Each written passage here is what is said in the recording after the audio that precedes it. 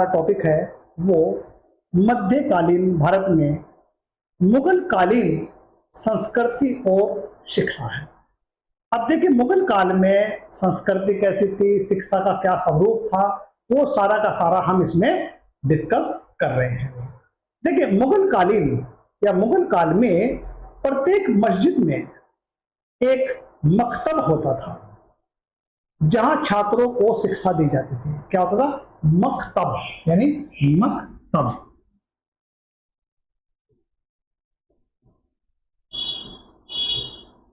मकतब क्या था? इसमें छात्रों को शिक्षा दी जाती थी। बाबर के एक मंत्री जिनका नाम था सैयद अली की मतलब जो है तवारीख के अनुसार, यानी बाबर के एक मंत्री सैयद अली की तवारीख के अनुसार बाबर के समय में जन निर्माण विभाग सुहूरत आम, यानी सुहूरत आम का मतलब था जन निर्माण विभाग, सुहूरत आम का एक कर्तव्य स्कूल और कॉलेज को बनवाना भी था। मतलब समझिए, बाबर के एक मंत्री सैयद अली के तवारीख के अनुसार यह इसमें उल्लेखित है कि बाबर के समय में जन निर्माण विभाग, जिसको कहते थे सुहूरत आम, का एक कर्तव्य था स्कूल और कॉलेज को बनवाना था। जो है वहीं पर देखिए, मतलब जो है हुमायूं को भूगोल और ज्योतिष विद्या में विशेष रुचि थी। स्कूलों तथा कॉलेज में शिक्षा देने की प्रथा चालू करने की दृष्टि से अकबर का राज्यकाल नवयुग का प्रवर्तक था, यानी नवयुग का प्रवर्तक था। उसी ने फतेहपुर सीकरी, आगरा और अन्य स्थानों में कॉलेज बनवाए।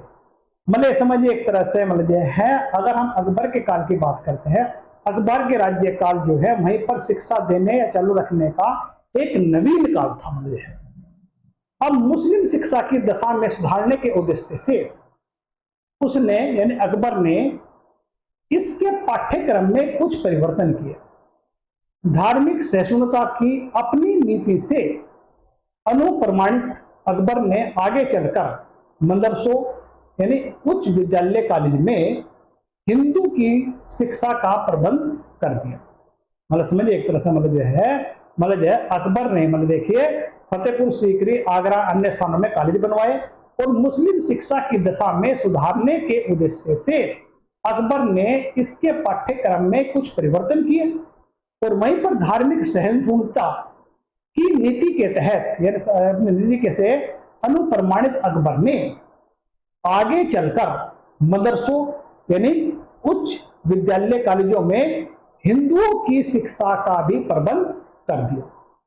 अब देखिए, अगर हम जागीर की बात, जहांगीर ने एक नियम निकाला जिसके अनुसार यदि कोई धनी व्यक्ति, व्यापारी या पुरुष बिना उत्तराधिकारी की मृत्यु हो जाती थी तो उसकी संपत्ति को राज्य अधिग्रहण कर लेता था और उस संपत्ति को जो खर्च जो है मदरसों, मठ इत्यादि बनवाने या उनकी मरम्मत करने में खर्च करते थे।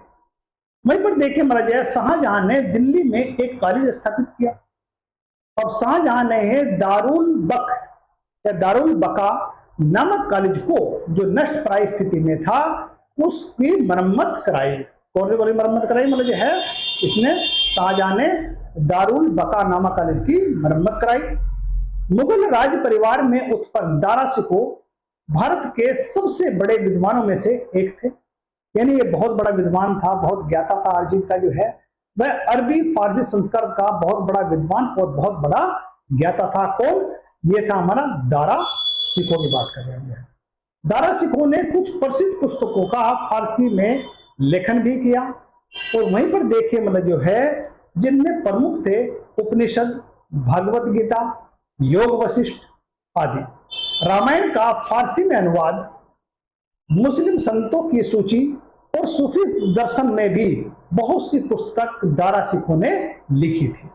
एक धार्मिक प्रवृत्ति का था। मतलब देखिए, आप जो है वहीं पर देखिए, दारा शिकोह की कब्र देखकर सर विलियम स्लीमैन ने उचित ही सोचा था कि यदि वह राज सिंहासन पर बैठने के लिए जीवित रहता तो शिक्षा का स्वरूप तथा उसके साथ साथ भारत का भाग्य अलग होता या भिन्न होता जो है।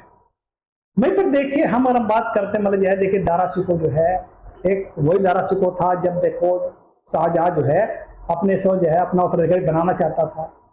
औरंगजेब ने क्या किया था, दारा शिकोह को इसका गर्दन काट कर देखिए अपने पापा को गिरफ्तार करके, अपने बाप को गिरफ्तार करके शाहजहां को गुसलखाने में रखा था और वहीं पर जो है एक थाली में उसका सर काट के उसको भेंट किया था अपने बाप यानी शाहजहां को। ये दारा शिकोह की ही मेरी ये बात है और जिसके सर काटकर औरंगजेब ने अपने बाप को भेंट किया था।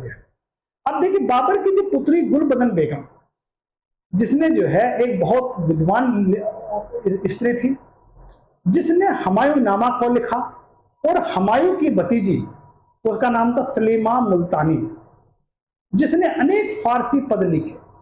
वहीं पर देखिए हम बात करते हैं नूरजहां, मुमताज महल, जहां आरा और जहां आरा बेगम, जेबुनिसा, ये सारी जो महिला थी मतलब जो है उच्च शिक्षा प्राप्त महिलाएं थी। अब देखिए जो है इन्हें फारसी और अरबी साहित्य का बहुत अच्छा ज्ञान था।